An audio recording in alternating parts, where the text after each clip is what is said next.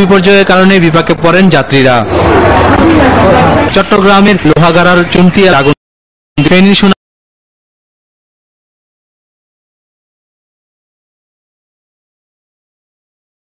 হামলায় মারা গেছে যুবলীগের এক কর্মী। নাটোরের আহমেদপুরে ব্রিজের চাকে আগুন দেয় অবরোধ সমর্থকরা। লক্ষ্মীপুর শহরে কলেজ রোড এলাকায় রাস্তা অবরোধ করে ছাত্রদল কর্মীরা। গাইবান্ধায় অবরোধ সমর্থকদের ছোড়া পেট্রোল বোমায় পড়ে গেছে একটি বাস। মুন্সিগঞ্জের গজারিয়া উপজেলায় আওয়ামী লীগ সভাপতির কার্যালয়ে আগুন দেয় দুর্বৃত্তরা। বিএনপির যুগ্ম মহাসচিব মোহাম্মদ শাহজাহানের মুক্তির দাবিতে নোয়াখালীতে জেলা ছাত্রদল সকাল সন্ধ্যা হরতাল পালন করে। রংপুরে জেলা যুবদল, ছাত্রদল এবং স্বেচ্ছাসেবক দল সকাল সন্ধ্যা হরতাল পালন করে। হরতালের সমর্থনে নারায়ণগঞ্জ সিদ্ধিরগঞ্জে রাস্তা অবরোধ করে মিছিল করে জেলা ছাত্রদল। জাহিদ রহমান, RTV। 15 তারিখে জিয়া অরফানেজ ট্রাস্ট মামলার শুনানির তারিখ থাকায় ইচ্ছাকৃত আগুন লাগিয়ে হরতাল ডেকেছে বিএনপি। এমন অভিযোগ করে প্রধানমন্ত্রী শেখ হাসিনা বলেন, আগুন নিয়ে খেলা বন্ধ না করলে সেই আগুনে নিজেদের পড়তে হয়। রাতে গণভবনে জাতীয় নারী ক্রিকেটারদের সংবর্ধনা অনুষ্ঠানে হরতাল অবরোধের নামে বিএনপি জামায়াতের মানুষ পুড়িয়ে মারা কোনোভাবেই গ্রহণযোগ্য নয় বলেও মন্তব্য করেন তিনি। অতীতের মতো ভবিষ্যতেও যেকোনো সংকট মোকাবেলা করবে সরকার, এ দাবিও করেন প্রধানমন্ত্রী। যারা রাজনৈতিক সিদ্ধান্ত নিতে ভুল করে এখন মানুষের উপর প্রতিশোধ নিচ্ছে, মানুষকে ভেবে পুড়িয়ে মারবে, আমাদের খেলাধুলা, লেখাপড়া সব ক্ষেত্রে বাধা দেবে। সাধারণ মানুষ, খেটে খাওয়া মানুষ, দিনমজুর, গরিব মানুষ, তারা কষ্ট ভোগ করছে, তাদের পেরে তারা লাথি মারছে কেন? আন্দোলনের নামে মানুষ পুড়িয়ে মারা, নানা ধরনের ধ্বংসাত্মক কাজ করে যাচ্ছে, এটা কখনো গ্রহণযোগ্য না, কারো কাছে গ্রহণযোগ্য না। আগুন নিয়ে খেলার জন্য তারা বন্ধ করে, কারণ নিজেদের আগুনে নিজেদের যে পুড়তে হয় সে ঘটনা ঘটেছে, ইচ্ছাকৃত ভাবেই বোধ হয় ঘটিয়েছে। 15 তারিখে হরতাল, কারণ 15 তারিখে ট্রাস্ট ফান্ডে টাকা, সেই মামলার তারিখ, ওই মামলার তারিখ দেখলেই মাথা খারাপ হয়ে যায়। অনেক ক্রাইসিস ইতিমধ্যে আমাদের সামনে এসছে, আমরা এক এক করে মোকাবেলা করেছি, এটাও আমরা মোকাবেলা করে মানুষের জীবনে শান্তি নিরাপত্তা ফিরিয়ে আনতে পারবো, এটা আমাদের বিশ্বাস আছে। রাজনৈতিক ফায়দা হাসিলের জন্য বিএনপি জামাত মানুষ পুড়িয়ে মারছে বলে অভিযোগ করলেন প্রধানমন্ত্রী শেখ হাসিনা। সকালে জাতীয় প্রাথমিক শিক্ষা সপ্তাহ 2015-র উদ্বোধনী অনুষ্ঠানে তিনি এসব কথা বলেন। এ সময় তিনি নাশকতার বিরুদ্ধে জনগণকে রুখে দাঁড়ানোর আহ্বান জানান। রিপোর্ট করছেন ফখরুল ইসলাম। রাজধানীর ওসমানী স্মৃতি মিলনায়তনে আয়োজিত অনুষ্ঠানে প্রধানমন্ত্রী বলেন, বিএনপি জামাতের হরতাল অবরোধে জনগণের সমর্থন নেই। আন্দোলনের নামে 20 দলীয় জোট সন্ত্রাসী কার্যক্রম চালাচ্ছে। ধর্মের নামে রাজনীতি করে বিএনপি ধর্মের বিরুদ্ধে যুদ্ধ ঘোষণা করেছে বলে মন্তব্য করেন তিনি। মিঠাপুকুরে বাসে আগুন দিয়েছে, 4টা শিশু মারা গেছে। মানুষকে তো পুড়িয়ে মারা, এটা কি ধরনের আন্দোলন আমি এটা জানি না।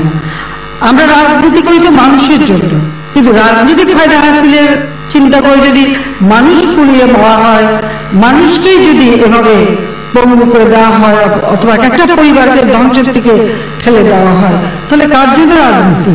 এটা চরম সন্ত্রাসী কর্মকাণ্ড। আন্দোলনের নামে এই বিএনপি জামাত সন্ত্রাসী কর্মকাণ্ড করে যাচ্ছে। সরকার শিক্ষার উন্নয়নে কাজ করলেও বিএনপি জামাত শিশুদের শিক্ষা জীবনকে জিম্মি করছে বলে অভিযোগ করেন প্রধানমন্ত্রী।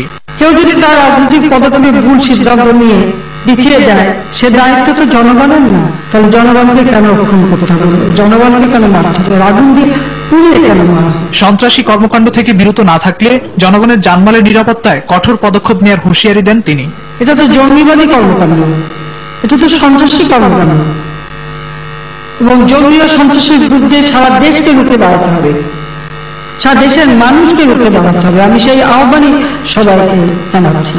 এটাই বলবো যে এই ধরনের কর্মকাণ্ড থেকে বিরত থাকতে হবে, আর তা নইলে আমাদেরকে আরো কঠোর পদক্ষেপ নিতে হবে এগুলো বন্ধ করতে। বাংলাদেশকে উন্নত দেশ হিসেবে গড়ে তুলতে শিশুদের উপযুক্ত শিক্ষা দেওয়ার আহ্বান জানান প্রধানমন্ত্রী। পরে শিক্ষার ক্ষেত্রে কৃতিত্ব অর্জনকারীদের মধ্যে পদক ও পুরস্কার বিতরণ করা হয়। ফখরুল ইসলাম, RTV, ঢাকা। নারায়ণগঞ্জ মাদক মুক্ত করতে স্থানীয় রাজনীতি ও আইন শৃঙ্খলা বাহিনীর মধ্যে স্বচ্ছতা চান জেলাবাসী। মাদক ব্যবসায়ীদের হাত থেকে রক্ষা চান শক্তিশালী উদ্যোগ। আশার কথা হচ্ছে, এরই মধ্যে জেলায় গড়ে উঠেছে সামাজিক আন্দোলন, চলছে নানা কর্মসূচি। নারায়ণগঞ্জ উত্তর প্রতিনিধি শাহাদাত হোসেন স্বপনের ধারাবাহিক রিপোর্টের শেষ পর্ব আজ, জানাচ্ছেন তারেক শাহরিয়ার। মাদকের করাল ছোবল থেকে ভবিষ্যৎ প্রজন্মকে রক্ষা করতে প্রায় নানা কর্মসূচি পালন করছেন নারায়ণগঞ্জবাসী। মানববন্ধন, সমাবেশ বা বিক্ষোভ মিছিলের মাধ্যমে এমন অপব্যবসা বন্ধে উদ্যোগ নেওয়ার আহ্বান জানাচ্ছেন তারা। মানুষকে সচেতন করতে উদ্যোগ নিচ্ছে প্রশাসনও। তবে স্থানীয়রা বলছেন, শস্যের ভেতরে থাকা ভূত তাড়াতে না পারলে কোনো উদ্যোগই কাজে আসবে না। আমি এরকম আমার চোখে দেখা দু একটা এসআইর নামও বলতে পারবো, মাদকাসক্তের জন্য টাকা নিয়ে আমার সামনে, আমার চোখের সামনে এলাকা থেকে ছেড়ে দিয়েছে। প্রশাসনিক পদক্ষেপ এবং নেতৃস্থানীয়দের সহযোগিতা উভয় সমন্বয়ে যদি কঠোর কর্মসূচি নেওয়া হয়, আশা করি এখান থেকে পরিত্রাণ পাওয়া অনেকটা সহজ হবে। প্রশাসনিক কর্মকর্তারা বলছেন, সহজলভ্যতার কারণেই মাদকের জালে আটকা পড়েছেন নারায়ণগঞ্জবাসী, যা বন্ধে প্রয়োজন কঠোর শাস্তির দৃষ্টান্ত। এবং মাদকের যে সহজলভ্যতা, এটাও এটার প্রধান কারণ। কেননা যদি তারা সহজলভ্য না হতো তাহলে হয়তো তারা আসক্ত হতো না। এখন ইয়াবা, ফেন্সিডিল, গাঁজা সহ বিভিন্ন নেশা উপকরণ যত্রতত্র বিক্রি হচ্ছে। মাদক ব্যবসায়ীদের আমাদের ঘৃণা করতে হবে এবং তাদেরকে আমাদের মনে করতে হবে যে এরা রাজাকারের চেয়েও খারাপ। যারা মাদক ব্যবসায়ী তারা যেন সহজে আইনের ফাঁক দিয়ে বেরিয়ে আসতে না পারে এবং এদের দৃষ্টান্তমূলক শাস্তি দেওয়া উচিত। মাদক প্রতিরোধে সামাজিক সচেতনতা বাড়ানোর উপর জোর দিলেন নারায়ণগঞ্জের জেলা প্রশাসক। আমরা স্কুল কলেজের ছেলে মেয়েদেরকে এই মাদকের নেশা বা মাদকের কোন বেচা কেনার সাথে সম্পৃক্ত হতে না হয় মোটিভেশন করছি। ধর্মীয় অনুশাসন, সামাজিক সাংস্কৃতিক যে আমাদের ঐতিহ্য আছে সেগুলি যদি আমরা আর একটু বেশি করে চালু করতে পারি তাহলে বোধ হয় আমাদের এইটা একটু কমে আসবে। তবে প্রভাবশালীরা মাদক ব্যবসায়ীদের মদত দেয়া বন্ধ না করলে সমস্যার সমাধান কখনোই সম্ভব নয় বলে মনে করেন নারায়ণগঞ্জের সচেতন মানুষ। তারেক শাহরিয়ার, RTV। সংবাদ এবারে নিচ্ছি সোশ্যাল ইসলামী ব্যাংক লিমিটেড বিরতি। ফিরে অন্যান্য সংবাদের সঙ্গে আরো থাকছে। মুসলিমদের বিরুদ্ধে নয়, চরমপন্থী ও সন্ত্রাসীদের বিরুদ্ধে যুদ্ধ ঘোষণা করেছে ফ্রান্স। পার্লামেন্টে দেয়া ভাষণে প্রধানমন্ত্রী ম্যানুয়েল। এবং হ্যাপির নারী নির্যাতন মামলায় আদালতে হাজিরা থেকে ক্রিকেটের রুবেলকে অব্যাহতি, বিদেশ যাবারও অনুমতি।